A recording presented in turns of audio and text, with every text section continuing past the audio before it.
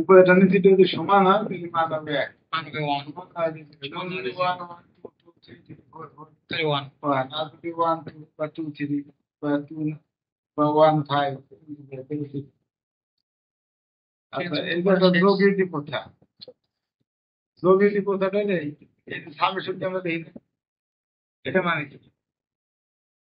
a1 x1 plus a2 x2 plus a3 x3 এটা না। আচ্ছা এতকে এই সিগমা বাদ দিয়ে সিগমা এইটুকু বাদ দিয়ে সংক্ষেপে এআই কে এত দ্বারা প্রকাশ করার পদ্ধতিকে যোগীতি প্রথা বলছে মানে এরকম থাকলে বুঝতে হবে যে 1 x1 যোগ 2 x2 এটা হলো আইনস্টাইনের সেই রীতি প্রয়োগ করছে। বলছে সামনে না দিলে এরকম থাকলে বুঝতে হবে যে যোগ হবে। তারা তো হচ্ছে ডামি সূচক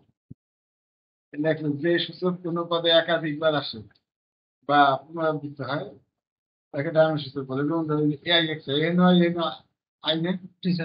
এই একটা পদের মধ্যে দুইবার আছে আই আছে দুইবার অথবা এই যে AI x A I I I I দুইবার আছে না এই দুটো পদের মধ্যে এক্ষেত্রে আই হলো ডামি সূচক তাই তো। আর হলো বাস্তব সূচক বা স্বাধীন সূচক এটা হলো যে সূচক কোনো পদে পুনরাবৃত্ত হয় না তাকে বাস্তব সূচক বলে। যেমন ধরো এই যে এই পদটার মধ্যে যে কিন্তু একবারে এআই এক্স জে যদি এরকম হয় তাহলে যেটা হলো স্বাধীন চলক তাই এরকম এটাও তো যে স্বাধীন যে যে তো একবারে ও একবারই আসতেছে ওটা একবারই আসবে যেটা একাধিকবার করে তো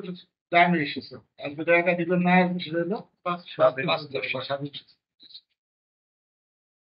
এগুলো পরীক্ষায় আসে আসলে তো আঠারো পরীক্ষা না আসলে জান লাগবে এগুলো জান না কিছু কাজ হয় না। এগুলো দেশে সহজল ভেক্টর সহজল ভেক্টর কি দেখবে এক্সাই স্থানাঙ্ক ব্যবস্থা এটা মানে হলো যেমন কাটতে শিখে তারপর বেলনাকার স্থানাঙ্ক তারপরে স্ফেরিক্যাল পোলার কোঅর্ডিনেট আছে না গোলকীয় পোলার স্থানাঙ্ক স্থানাঙ্ক অনেক আছে না কাটতে স্থানাঙ্ক গোলকীয় পোলার স্থানাঙ্ক তারপরে বেলনাকার স্থানাঙ্ক মানে সিলিন্ড্রিক্যাল। তো এখন এই এক্সাই ব্যবস্থা মনে করেন কাটতে স্থানাঙ্কে এন সংখ্যক পদ যে 1 a 2 n এগুলো হলো কাটতে স্থানাঙ্কে অনুদাসী কতগুলি পদ হয়ে গেছে। আর এক্স আই বার লিখছি এটা মানে হয়তো মনে করো বেলনাকার বা গোলকীয় পোলা এত স্থানাঙ্কে এই এক্স আই স্থানাঙ্ক ব্যবস্থায় এক্স সংখ্যক পদ অর্থাৎ এই কাটতে সূত্রের যে সংখ্যাগুলো এরকম পোলারাইজে সেই সংখ্যাগুলো আমি এবার ওয়ান এবার টু এবার ভিন্ন হবে না। তাই বলছে যে এখন এই পদগুলোর সাথে এই পদ যদি এই সম্পর্ক দ্বারা সম্পর্কযুক্ত হয় এত দ্বারা সম্পর্কযুক্ত বুঝেছি এটা এআই বা কি লিখছি এআই বার আই উপরে না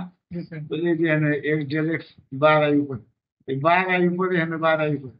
নিচে যে দিলে এখানে সে বা নিচে কে দিলে এখানে কে বাম পাশে তো আই আছে উপরে এখানে আই থাকে প্রথমে আই থাকবে পরে যে চেঞ্জ হবে বা এখানে যে দিতে অথবা কে কে দিতে পারো অথবা কি দিতে হবে পি দিতে পারো তা অনেক সুবিধা। তাহলে এই পদ এই এই এই এক্সাই স্থানাঙ্ক ব্যবস্থা এই পদগুলা এক্সাই বার স্থানাঙ্কের এই পদগুলোর সাথে যদি এই এত দ্বারা সম্পর্ক যুক্ত হয় তাহলে এই এ দেখে প্রতিচল ভেক্টর বলে। কি কথা বলছো প্রতিচল বলছে যে উপরে আর সহজ মানে নিচে কি কথা বলছো ও আমরা তো এটা বুঝতে সেটা বুঝে দিয়েছি আর এটা সহচলের নিচে স্যার একই কথা এটা সহজ এক্সাই ভাই এখানে কি এই যে বার আই নিচে না বাদ দেওয়া নিচে নাই তো বার আই নিচে আর উপরে যে নিচে যদি হয় যদি এসে নিচে এসে না এস দেখে সহজ ভেক্টর এটা ধর উল্টাটা এটা বাড়াই উপরে তাহলে এই যে ডিরেক্ট বাড়াই উপরে আর নিচে যাতে উপরে যায় তাহলে এটা হবে প্রতিচল ভেক্টর। প্রতিচল ভেক্টর মানে এটা হলো টেন্সর র্যাঙ্ক ওয়ান যে টেন্সর র্যাঙ্ক ওয়ান সেটার নাম হলো ভেক্টর। এই হলো বিষয়টা ভেক্টর বোঝা তাই তো। আচ্ছা এই তো টেন্সর কাকে বলে এই সংখ্যা এবার আসতে পরীক্ষা যেসব ভৌত রাশিকে প্রকাশের জন্য দুই বা ততোধিক দিক প্রয়োজন হয় তাদেরকে টেন্সর বলে। অথবা বলছি যেসব ভৌত রাশি নির্দিষ্ট রূপান্তর বিধি মেনে চলে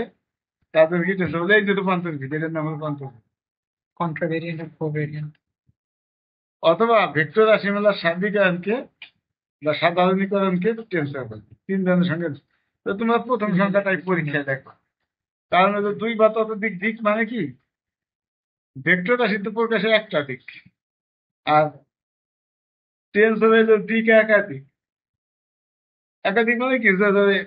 দুটো ভেক্টর যদি আমরা ডট আর ক্রস বা এমনি গুণ করি, তখন তো আই আই মনে করি একটা 2i3j5k, আর এর সাথে গুণ করলে i প্লাস জে প্লাস গুণ করলে সামথিং আই আই হবে, 2i হবে, এত আই দিয়ে হবে, আর আই কি হবে, আবার একটা হবে I J I J J J কেন হবে না, একাধিক হবে না, ওই tensor of right.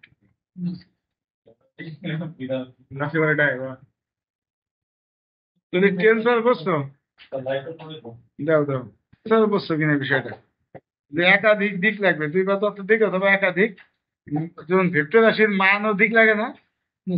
R tensor হলে একাধিক দিক লাগবে। আচ্ছা, দুই মাত্রার প্রতিচল টেন্সর, এটা ছিল এক মাত্রা, বুঝছো, এই দুটা।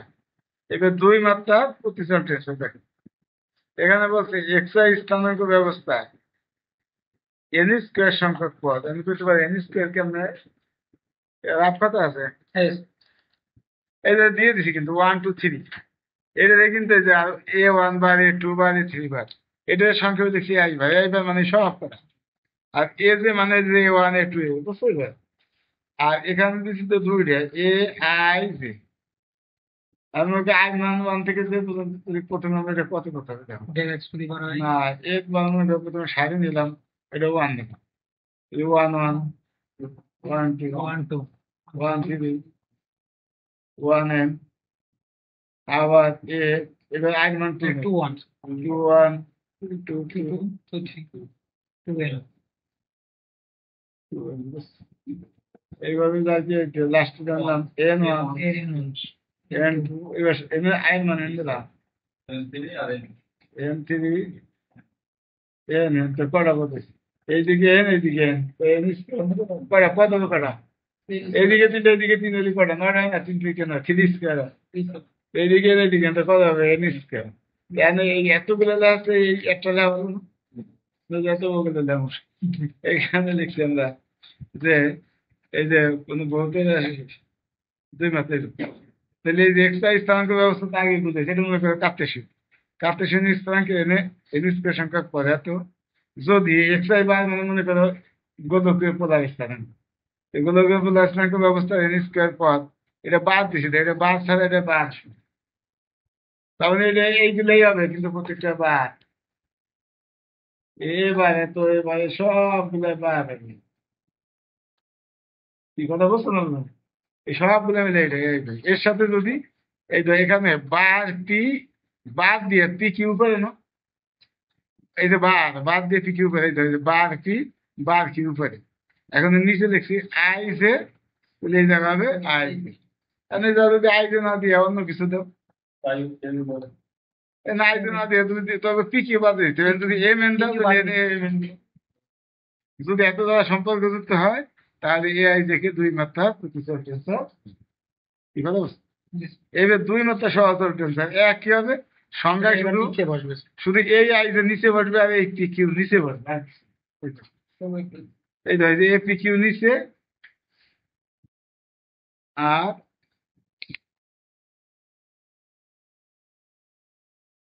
এ পি কিউ নিচে, আর এই ধরেছে এবার আই যে নিচে, ঠিক আছে, তাহলে আমি দেখলাম এবার আই যে, এবার বাদ দিয়ে আই যে নিচে না, এটা বাদ দিয়ে আই যে নিচে, এটা বাদ দিয়ে আই যে নিচে, আর উপরে নিচে পি কিউ এনে দিচ্ছে বা এম এন নিলে নিচে এম এন, না বাদ দিয়ে আই যেটা নিচে আছে না, আগেটা তো আই যে উপরে ছিল বাদ দিয়ে, আর এটা হচ্ছে এরকম একটা কথা দেখছিলাম, অনলাইনে ক্লাস করছি তো, এই জায়গায় এক্স এর উপরে নাকি আপনার বোল্ড করে দেওয়া লাগে, এরকম কোনো কথা আছে নাকি? ওরা এই বলা বলি করছে বারবার, এই নিয়ে আমি আর কতবার বোল্ড করাকরি করছি আর কি, এই এক্স যদি নিচে বসে আর তার উপরে যদি বার থাকে, তাহলে এই যে দাগটা উপরে সেটারে নাকি বোল্ড করে দিতে হবে। বইটি করে কি, বইটা অনেক সময় ভেক্টর চিহ্ন দেয় না, না দিয়ে এক্সট্রা বোল্ড বোল্ড দিতে হয়, এক্স বুঝতে পারে এক্স বোল্ড না, বুঝতে পারলে ভুল করে বলতেছে তো এই বার কোনো ভুল করে আছে নাকি না বারও না, তাই? উপরের দাগটা স্যার। তো দেখতে তো বার ডেল এক্স বাই, না এই যে del Y by del x bar, তাই না? হুম। আর এই যে এটারে নাকি বোল্ড করে দিতে হবে। তো আসলে লিখতে হবে কোনো ভুল করে আছে স্ট্রিট কয়টা দেবেন? 5টা। 8টাই হবে। না এইটা এই রিসেন্টলি কয়টা? রিসেন্টলি দিয়ে দেবো দেখুন সবগুলো? সবগুলো অভিযোগ করা পারি দিতে পারবে তুমি এমনি 500 করে জমা দিও টাকা হিসেব করে তো তুমি দিয়ে তো এই সে নাম লিখতে দেবো ওই কাগজটা দিয়ে কাগজটা পরে দাও না দিস দাঁড়া লেখা। তাহলে এরকম যদি হয় তাহলে একটু থেকে 2 মাসের সরকার বলে সঙ্গে বলে এনে দিতে গিয়ে খামখালি এসে অনুষ্ঠান না করি মানে গেইবে লেখছে এরকম ওই ধর এ পি কিউ তাই নয় কি এ যে 1 1 এই 1 1 দিচ্ছে এই 1 2 এই মনে করো 1 3 এই 1 এন এবার 2 1 2 2 2 3 এই 2 এন বুঝছো এবার এন 1 এই এন 2 এই 2 এন গেলে এই এন 3 এই এন এবার বুঝছো এখানে কিন্তু এন স্কোয়ার সংখ্যা দেওয়া হবে এখানেও এন স্কোয়ার সংখ্যা করবে তাই এবার বলছে যে এন স্কোয়ার এমনি বলছে যে এক্স আই তোমাকে কিন্তু দুইটা পারে এক্স আই অবস্থা মনে করো একটা কাকতেশি হইতে পারে বা পোলার হইতে পারে বা সিলিন্ড্রিক্যাল হইতে পারে বেলনাকার হইতে পারে আর অন্য হলো অন্য স্থানাঙ্ক ব্যবস্থা বুঝছেন বা সামনে অঙ্ক করবেন তো অন্য সেটা এন স্কোয়ারে কিন্তু এরকম উপর নিচ্ছে আচ্ছা আর অন্য সিস্টেম হলো বাদ দিয়ে ইয়ে এদের সম্পর্ক বাদ দিয়ে আই উপরে না বাদ দিয়ে আই উপরে না নিচে যদি ডেল এক্স আই উপরে আরেকটা ডেল এক্স যে থাকবে নিচে। আর যে নিচে ডেল এক্স এর নিচে দেখছো আমি নিচে শুধু পি দিছি তাহলে উপরে পি আর উপরে কিউ দিছি তাহলে নিচে কিউ বুঝতে গেছেন এটা হবে 2 মাত্রার মিশ্র টেনশন 2 মাত্রার ডেরিভেটিভ দুইটা এখানে ডেরিভেটিভ দুইটা এই যে দুইটা আছে এই জন্য। আচ্ছা 0 মাত্রার টেনশন ওরা পরীক্ষা দিয়ে যায় এটা বাস্তবে তেমন কাজে লাগে না এক্সট্রা স্নাঙ্ক ব্যবস্থা 5 ঘন্টা মানে এই 0 মাত্রার টেনশন মানে স্কেলার আসে আর টেনশন র্যাঙ্ক 1 মানে ভেক্টর আসে বুঝছো এই এখানে কিন্তু ডেরিভেশন নাই এই যে 5 সমান সমান 5 হয় ডেরিভেটিভ আছে তাহলে এটা হলো 0 মাত্রার টেনশন বা স্কেলার এই বলে বা স্কেলার বলা হয় স্কেলার রাশিকে 0 মাত্রার টেনশন বলে এরকম রাখতে পারে সম্ভব আচ্ছা আর একটা আছে কি দেখো আর একটা আছে যে বহিস্থ আচ্ছা এই যে বহিস্থ গুণন মানে আউটার প্রোডাক্ট বহিস্থ গুণন কাকে বলে আমি দেখছি দুটি টেন্সর গুণনে প্রাপ্ত টেন্সরের মাত্রা প্রদত্ত টেন্সর দুটির মাত্রার সমষ্টি সমান হলে ওই গুণনকে বহিস্থ গুণন বলে এরকম এই সামনে তো উদাহরণ দিয়ে দেখতে পারে তবে এই যে এ আর বি গুণ করলেই দেখো তাহলে উপরে কত হবে এই এ বি মিলে কিন্তু সি লিখছি আর উপরে আছে পি কিউ এন আর নিচে আছে আর এম এন তাহলে এইটার মাত্রা হলো 3 আর এটার মাত্রাও 3 তাহলে এই যে যদি দুটোর মাত্রা 6 না এই যেটা পাইছি সেটার মাত্রা 6 উপরে 3 তাহলে মাত্রা সমান হয়েছে তো যে দুটো মাত্রা গুণ করছে যে দুটো টেন্সর গুণ করছে তার মাত্রা যোগ করলে 6 হয় আর যেটা পাইছি তার মাত্রাও 6 তাই বলছে যে টেন্সর দুটির মাত্রার সমষ্টি সমান যদি হয় তাহলে ওই গুণনকে বহিস্থ গুণন বহিস্থ গুণন নাম দিয়েছে কারাটা আছে অন্তস্থ গুণন সেটা কিরকম মনে করে এই জায়গায় যদি আমি এই এল না দিয়ে আর এ দিতাম সাপোজ মনে করে যে আমি খাতায় দিয়ে দিই এটা লিখলাম এ পি কিউ আর একটা দিলাম এ আর এস টি নিজেদের ভিতরে গুণন স্যার এটা অন্তস্থ গুণন। অথবা আমি আর দিয়ে দিয়েছিলাম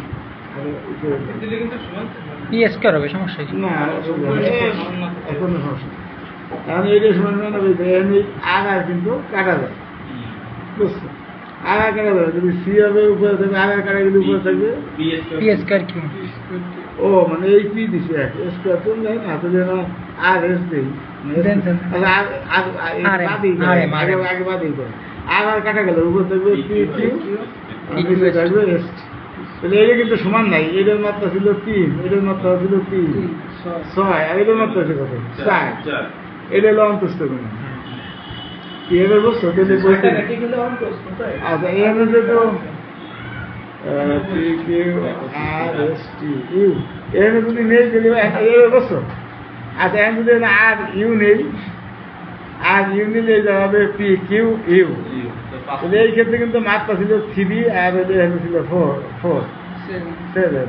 আর এই জায়গায় মাত্রা হচ্ছে 3 আর 3 5 এটা হচ্ছে 5 আর এই জায়গায় হচ্ছে মাত্রা সমান হয়েছে তাহলে এইটা হলো অন্তস্থ গুণন আর ওটা হলো অন্তস্থ গুণন যদি উপরে নিচে কোনো এক বা একাধিক সমান থাকতো আবার দেখা গেলে এরকম থাকতে পারতো হয়তো এই জায়গায় কিউ না দিয়ে পিটি দিল টিটি কাটা গেল আবার তাহলে এই যে টিটিও কাটা যাবে আর আরও কাটা যাবে এই যাবে আর এরকম এইভাবে সিপিইউ শুধু এস অন্তস্থ গুণনে স্যার কমে যাবে তাই তো হ্যাঁ অন্তস্থ গুণন কমে যাইতে পারে আর কি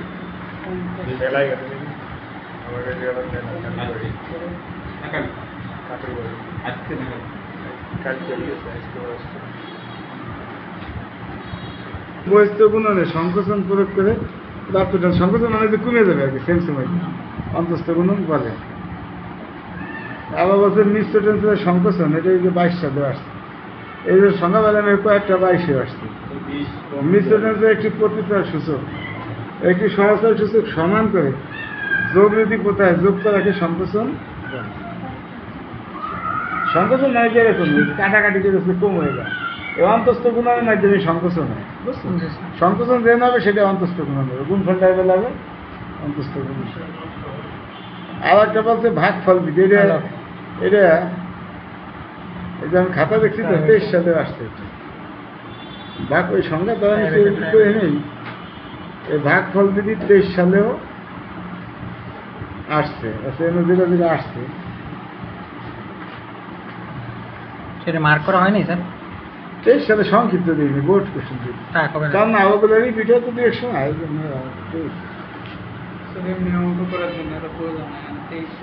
না সংক্ষিপ্ত দাঁড়াই দিলেন ঠিক আছে সংক্ষিপ্ত এমনি অনেক সাথে পড়া হয়ে যেতে আগে তো পড়া আসছে এটাই তো কত কিছু হ্যাঁ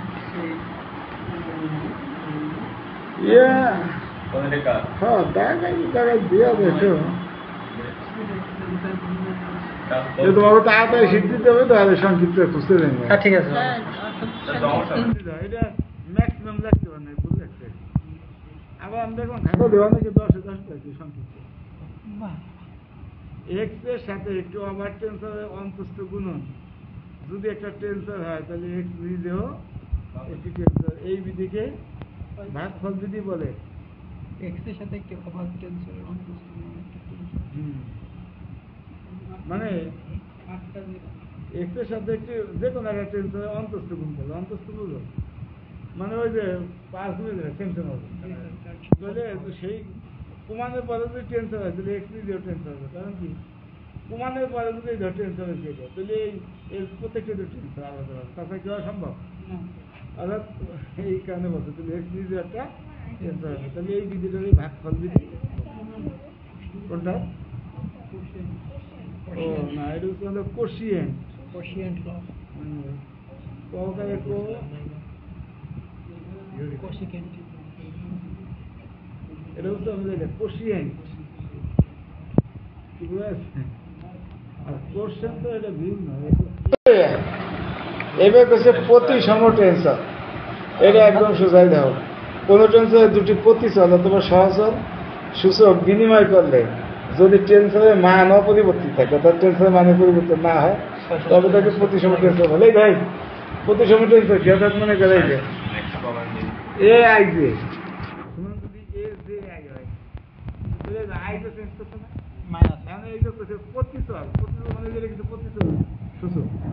আর একটা হইতে পারে নিচে আই জে এটা সরাসরি সূচক এ জে আই এই কারণে বলছে দুটি প্রতিচল মানে এই ক্ষেত্রে অথবা দুটি সহচল মানে এই ক্ষেত্রে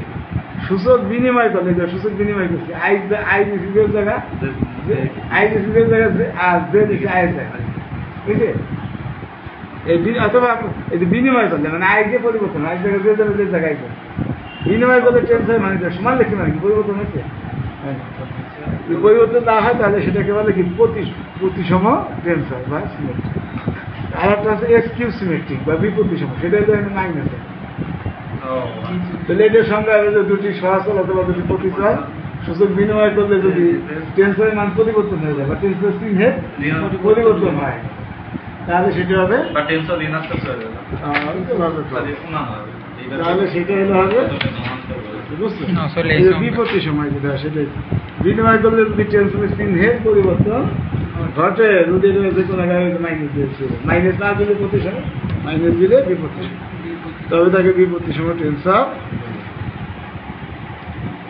অথবা সংজ্ঞাটার মধ্যে দেওয়া যায় এ আই যে সমান মাইনাস এ যে আই ভেবে এ আই দেখে বিপত্তি সময় টেন্সর উদাহরণের সাহায্যে সংজ্ঞা দেওয়া যায়।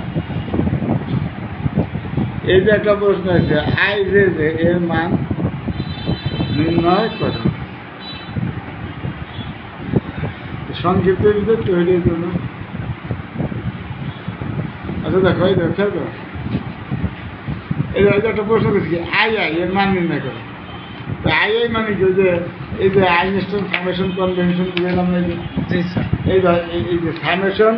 এ আই একটা এর সামবাদ দিয়ে লিখতে হবে এটার নাম যোগ বিধি প্রথা তো যদিও তাহলে আই একটা যদি বুঝতে হবে যে সামনে আই আছে আয়ের মানে অন্ত কেন্দ্রের মাস এটা বুঝতে হবে নাকি এটা শিখে গেলাম না কেবল তাহলে এখন এই জায়গাতে আই আছে এই ধরো ডেল্টা আই তো তোমার বুঝতে হবে কি যে এটা হলো ডেল্টা আই হ্যাঁ না ও তো করাইছি আমি এটা অন্য জিনিস দেখি ডেল্টা আই যদি থাকে তাহলে বুঝতে হবে এটা হলো আই ইকুয়াল টু 1 থেকে এন ডেল্টা আই তাই বুঝতে হবে এখন এটা বাঙালি করতে হবে ডেল্টা 1 ডেল্টা 2 ডেল্টা 3 এইভাবে যাইতে হচ্ছে ডেল্টা বুঝতে হবে না আমি বুঝার জন্য যেটা বলছি যদি আই বুঝতে হবে সামেশন আছে ওই যে সামবাদ ওই যে ডিসিশন করা হয়েছে তাহলে এই দেখি 1 1 2 2 এন তাহলে ডেল্টা 1 1 কত 1 এই যে প্রথম সংখ্যা কিছু দিতে হবে এই যে ডেল্টা আই যে আই আর যে সমান হইতে হবে 1 সমান না হয়ে যাবে এটা 22 না 23 আছে সংক্ষিপ্ত ভিতরে তো আমার ঠিক করা নেই এটা 22 হবে 23 হয় এদিকে এখানে কি দেখবো এই যে 1 1 তারপরে যাবে 1 2 2 1 3 3 1 এই যে এন এন 1 তো কয়টা 1 আছে এন সংখ্যক এন সংখ্যক 1 যোগ করি কত এন ইনটু 1 সমান তবে এটা কিন্তু এই টাইম মার্কেট আছে বুঝছো ও বাবা এটা এমনি এক মার্কেট আছে আগে কিন্তু এইবার দেখলাম এটা টাইম মার্কেট এই হ্যাঁ